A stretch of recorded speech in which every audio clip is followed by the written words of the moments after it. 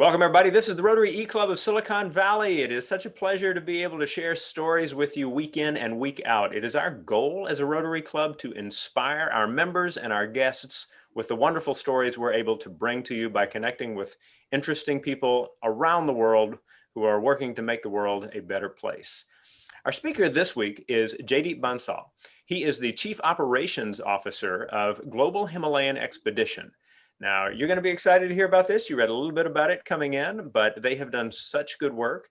They have been to more than 130 villages to help them electrify through solar means, through a very innovative process. And that has improved the lives of 60,000 or more people in remote parts of India. Jaideep, it is a pleasure to have you with us, and welcome. Thank you so much, Rushton, and it's a pleasure to be here and share the story of what we are doing in the Himalayas with everyone on the group. All right, tell us all about Global Himalayan Expedition. Thank you so much, once again, good morning, good afternoon, good evening to wherever you are in the different parts of the world. Global Himalayan Expedition is a social enterprise that has been working for the past 8 years in developing holistic well-being for the remote communities of the Himalayas. 800 million people are still living in darkness without access to energy globally.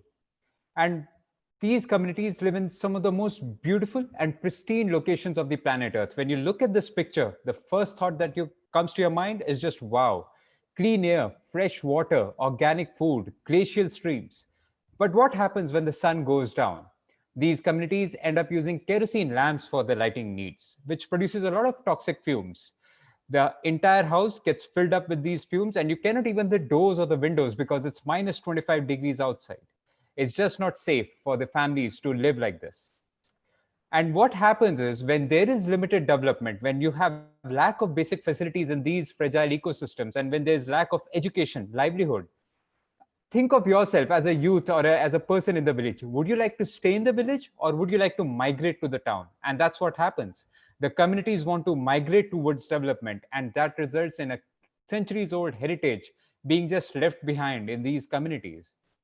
And so at GHE, what we are doing is leveraging tourism and technology to bring in clean energy access and livelihood for these communities with a vision and mission to impact more than 1 million lives by 2025.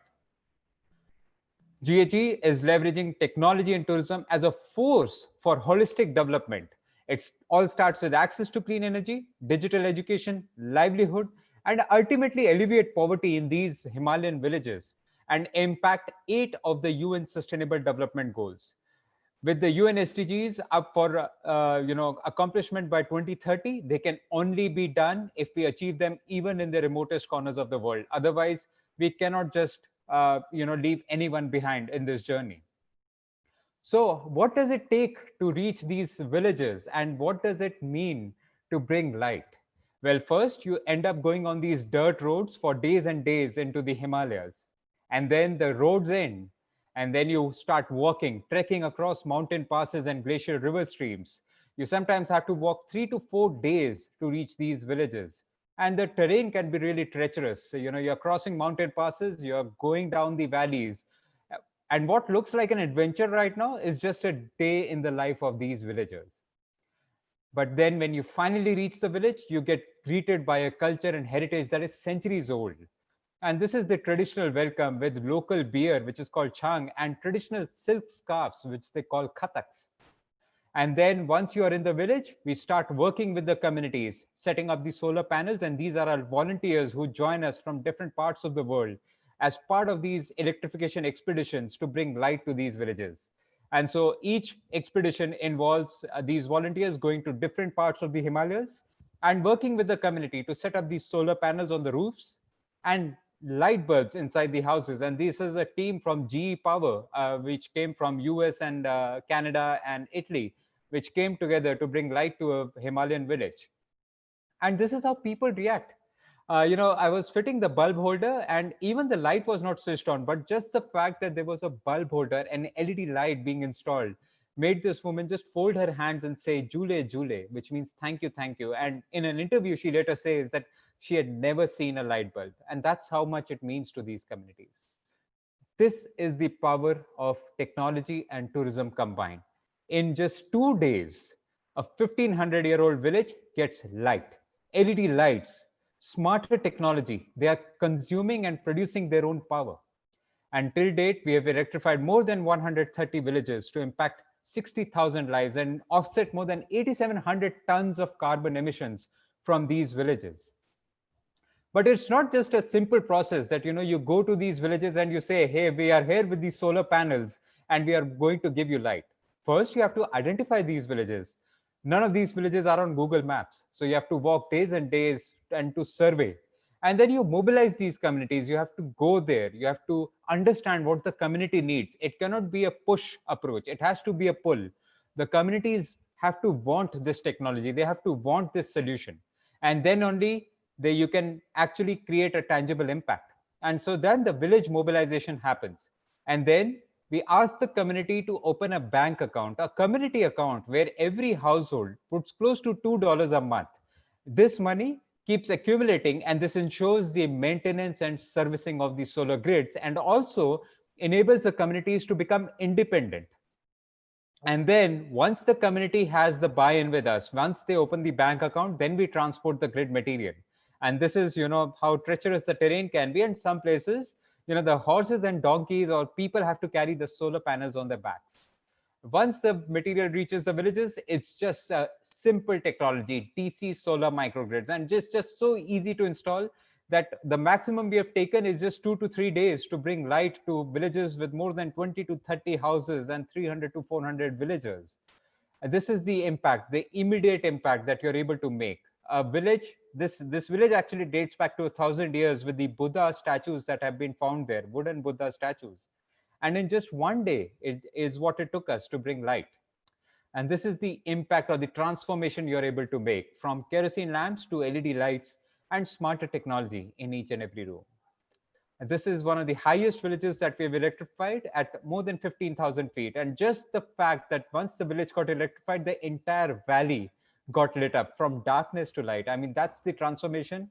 And when people experience light for the first time, this is how they react. And this is what our team sort of is really motivated to bring genuine smile and happiness on the faces of the people. I mean, when was the last time you entered a room that was dark and you started dancing when the light got switched on? And that's how people react. And this is what it means. This is a very senior monk, a Buddhist monk, who looked at the light bulb when it got switched on and started praying before it. So it's truly religion and science coming together.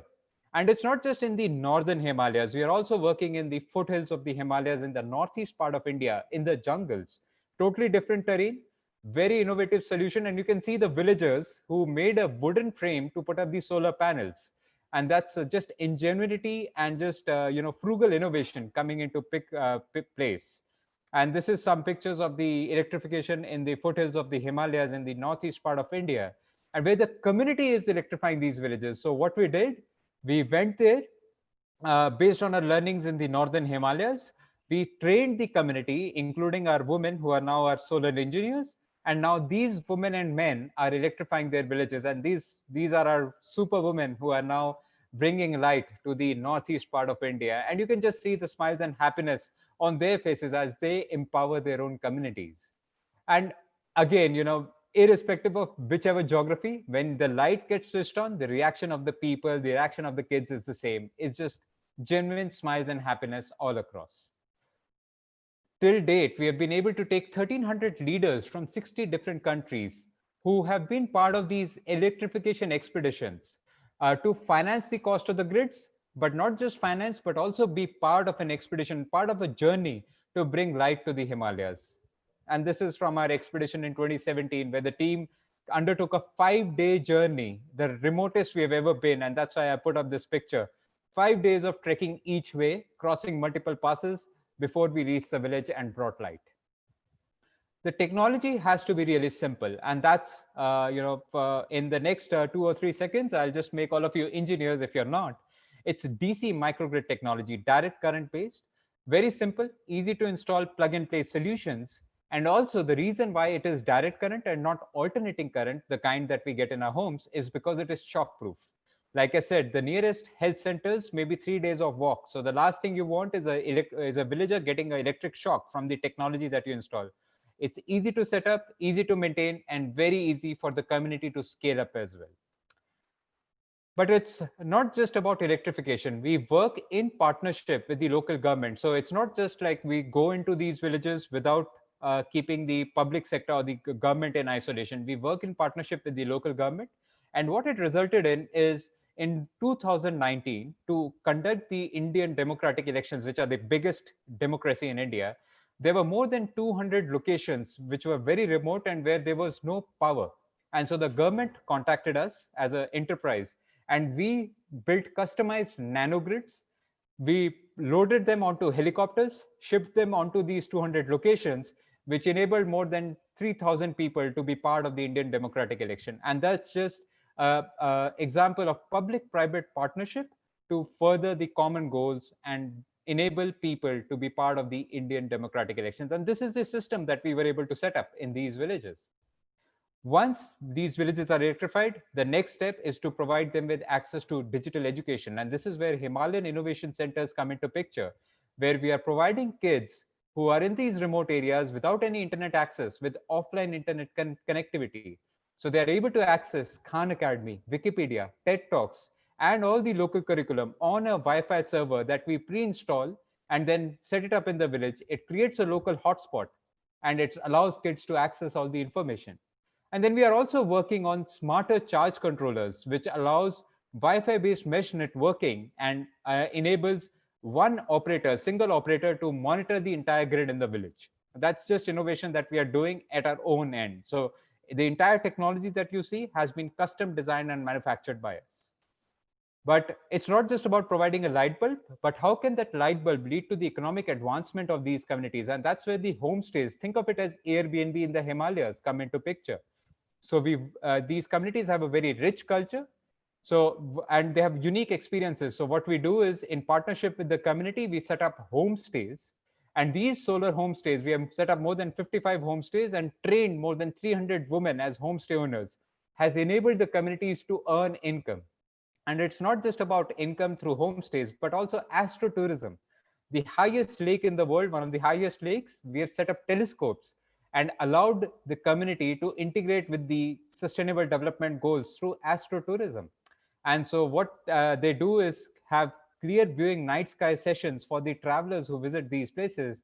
And a community where there was no income generation now suddenly has more than $5,000 of income generation in just a short span of 6 months from astrotourism, because we just put up telescopes, and that's the value add for these communities. And we are also setting up the world's first community astro park in India, in the central part of India, because again, this is in partnership with the government in Madhya Pradesh, which is the central part of India. But it's all about integrating technology, and we've set up these homestay travel information servers. And being mindful of time, I'll just sort of move fast now. We have set up these information servers. These are offline servers which allow you to walk into a village and access all the information of the village in a remote area at your fingertips.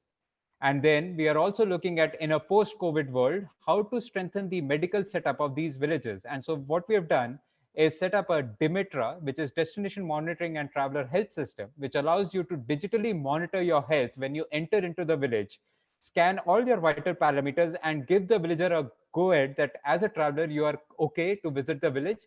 And also this enables the villagers to also monitor their health on a regular basis so that they do not have to walk 3 days to a nearest health center.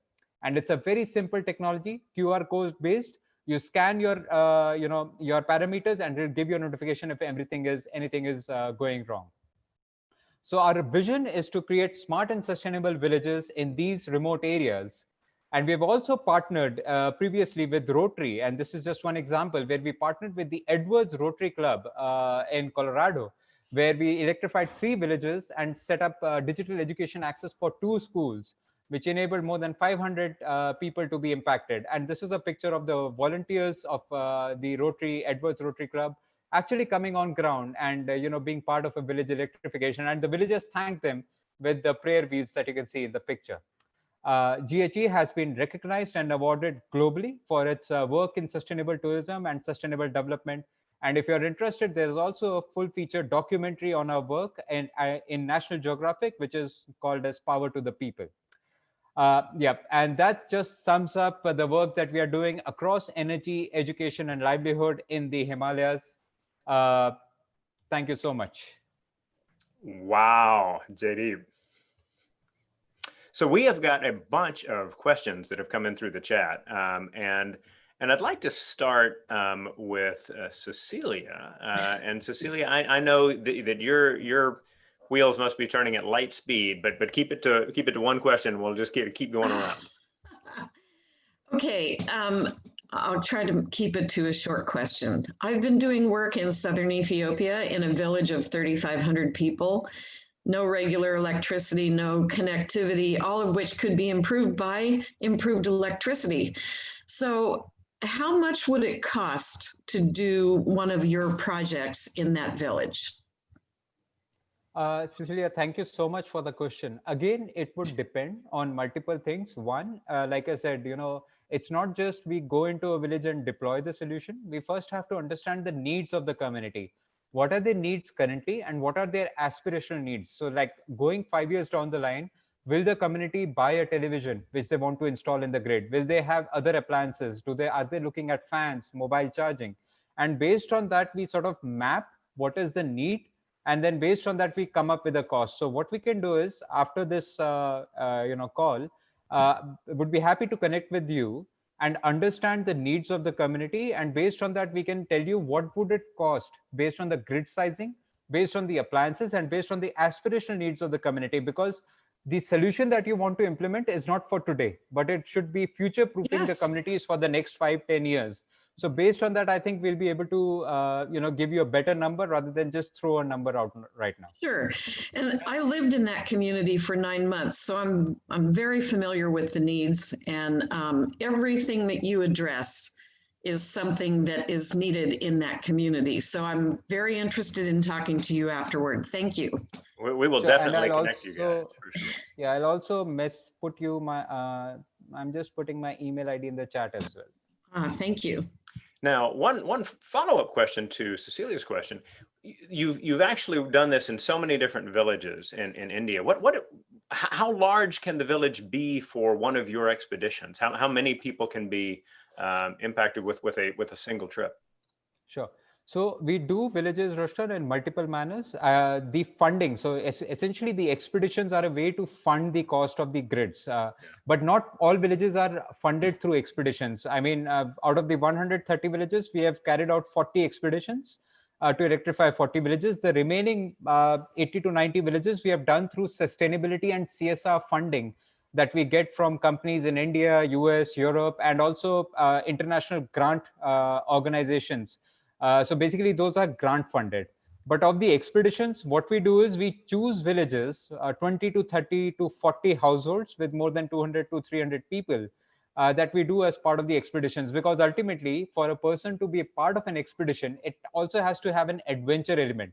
So essentially, the villages that have a nice trekking involved, or they are farther remoter in the valley, those are the villages that we'll pick for expeditions, and the others we sort of give it out to companies that want to fund it as part of the grant initiatives.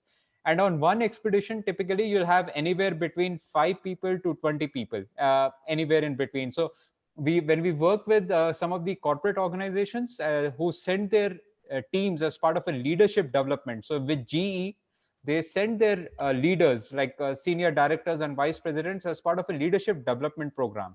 There they have anywhere between 15 to 20 people. We work with universities who send anywhere between 10 to 20 students. And then we are also working with high schools in Zurich, where they send their 11th graders every year to electrify a village as part of their 11th grade curriculum. So we work in multiple manners, and also we have our own traveler expeditions where anyone is free to join from any part of the world. We put the group together. Again, the group size is anywhere between 10 to 20 people. So it's multiple ways that we are able to sort of fund the cost of the villages through these expeditions and through the grant funding that we receive. Okay, and so the in terms of the population of the villages, they range from, I would say, fairly small to about how many? Yeah, I mean, the minimum that we have done is 100 people. So like 10 to 15 households and 100 people, to as large as 100 households and even like 1,000, 1,200 people. Got it. Got it. Farheen, I know you have a question. I do. Jaideep, thank you so much for your presentation. It was very inspiring. So I have kind of two questions for you and hopefully quick questions. So how easy is it to maintain these solar panels? I could understand that, yes, you install it, but if no one is really maintaining it, they will be, due to weather, right, get destroyed. So that's like the first question. And then the second question is, how expensive is $2 a month for these villagers? Great questions. And the first question, how easy is it? Solar panels have a warranty of 20 years and they hardly degrade. In fact, in the cold conditions in the Himalayas, when the surface of the solar panel is really cold, it is able to charge the batteries much faster. And so all the villager has to do is go on the roof and just clear the snow of the panel, and there's good sunlight. Also, what we do is when we electrify a village, we set up a village committee which comprises of multiple members. Couple of people we train on the maintenance and the upkeep of the grids. Although we train every household, but there are few people that we appoint in the village whose specific job is to ensure the solar grids are working fine. In case there is anything that goes bad, they have these spares also with them and they can quickly repair. If there is a larger sort of grid problem, then they call our local service engineer who's based out of a central location, who are able to service all these villages, and they also have all these spares and technical know-how. And then on the second question that you asked, so the solution is, the grid solution is a very low maintenance kind of a solution. So there's hardly any maintenance or downtime actually. It's not a complex setup where you have a inverter where you're putting in multiple layers. It's a plug and play. You put the solar panel, you put the batteries, and there's a small charge controller which just distributes the current. On the second question, $2, they are already spending $10 or more equivalent on alternate sources of lighting. So they'll either try to buy kerosene, which is very expensive, or what they'll do is they'll try to buy second-hand car batteries and try to put up a one or two LED lights with it, which is much more expensive. And a car battery, it hardly runs for like 6 months to 8 months, and then next year they go back again. So if you look at the total amount of money they invest in a year on getting multiple ways of light for themselves, this is just so much cheaper. And also, it's not just about taking that $2 from them, it's the money stays with them, it stays in the village account. What we also do is through the livelihood, through the homestays that we are promoting, an average traveler ends up giving to the community more than $10 to $15 for one stay. So for $2 a month versus $15 in one night, you can see the comparison. So that's what I mentioned in the beginning. It's not just about providing access to energy, but how can that access to energy lead to the economic advancement of these communities? Because you can put a light bulb, but if there's no livelihood, then there's no sense. Yeah. When a group visits one of these sites in order to help with the installation, this impact tourism and expedition that you're talking about, how long do they typically stay in the village? Because as I see it, they are helping set things up. They are engaging in certain kinds of activities culturally with the people there. About how long does the group usually stay? So great question again. And typically our expeditions run from anywhere between 9 days to 14 days, depending on how much trekking is involved or how remote we are going. In the village, to electrify, to bring solar energy to a village, it does not take more than 2 days. So the team might end up just 3 to 4 days in the village. First day you go there, you enjoy the cultural aspects. The second day you get on the ground, start working, get your hands dirty. So the second and third day you set up the solar grids, and we also take our engineers. So the volunteers that come in, the travelers or the corporate, anyone who comes in to help electrify, they are given the technical know-how of how to install. Like I said, it's a very easy setup, it's safe to install. But the main technical connections, like let's say the solar panel to battery connections or something that's complex, that our engineers do. But otherwise, all of it is just plug and play, which our volunteers help with. And so not more than 2 to 3 days in the village. This is such an amazing model. I mean, it just seems like there are so many places around the world that could benefit from taking the template that you have created, so well. Now, when the villagers have developed their skills related to maintenance of the solar panels, is it ever the case that those villagers will help with electrifying other villages in their area? So we have a pool of engineers, to sort of really get into details. We have a pool of engineers, like our expert engineers, that have been trained, and they have come from the villages that we electrified. In fact, our first women engineers came from the village when we were electrifying. They got interested. They said, we also want to become engineers. And so we trained them for 6 months with another organization in India. And then they came back as our first women engineers, and they inspired many other women in the villages that they went to also take up engineering as a possibility of a job. But typically what we do is we have the expert pool of engineers, and within the villages, the engineers are mainly used, they are used for their own maintenance and upkeep, and they also assist in the electrification of the nearby villages. So that does happen. We see that sort of flow happening. But is it possible to provide everyone with a job with us? Not exactly. So we have like an expert pool, and then we have the voluntary, the sort of ongoing pool of engineers that we take on contract basis from these villages. Fantastic. So last question from Cecilia. Yes. So are you working in any other countries or regions? So we are looking to expand now. We are currently active in the northern and the northeast part of India, and also in Nepal, where we are starting our work. We've got a lot of interest from Madagascar, where we've already surveyed some villages, and we are planning to implement a similar sort of development model where, Madagascar has a lot of energy poverty, and it's such a beautiful place to be explored. So can the tourism and access to energy be merged together? But we'd be happy to partner. So we are looking for partners who've been working in areas where there is a potential to create this sort of a model, and if we are happy to explore any other areas as well. So currently it's Madagascar, Nepal, India, and we are also surveyed some areas in Sumatra. Great. Fantastic. I've got another couple of questions, but I'll save it for after we finish the recording. So all of you who are watching this, either in person today or through watching the recording, perhaps as our program for our weekly meeting, we hope that you enjoy these programs that we bring to you. We hope that you will support what we do, and not in the least by sharing your opinion. At the bottom of this page, there is our Discuss, DISQUS section, and we hope that you will leave thoughts on what you've learned as a part of this program and across the meeting. Also, let us know that you are here. So when you get to the attendance piece there, it's just a quick name and email. And for visiting Rotarians, doing that properly, spelling your email properly, will allow you to receive something that you can send on to your club secretary for making up a miss at your meeting.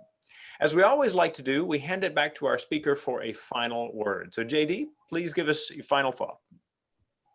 I think, as we look at the world right now, it's in a post-COVID world where we are truly fragmented. I think we need to all come together. There are many people across the world that are still struggling with access to basic needs, whether it's access to energy, whether it's access to food, healthcare. And I think when we look at possible solutions, the innovation has to happen.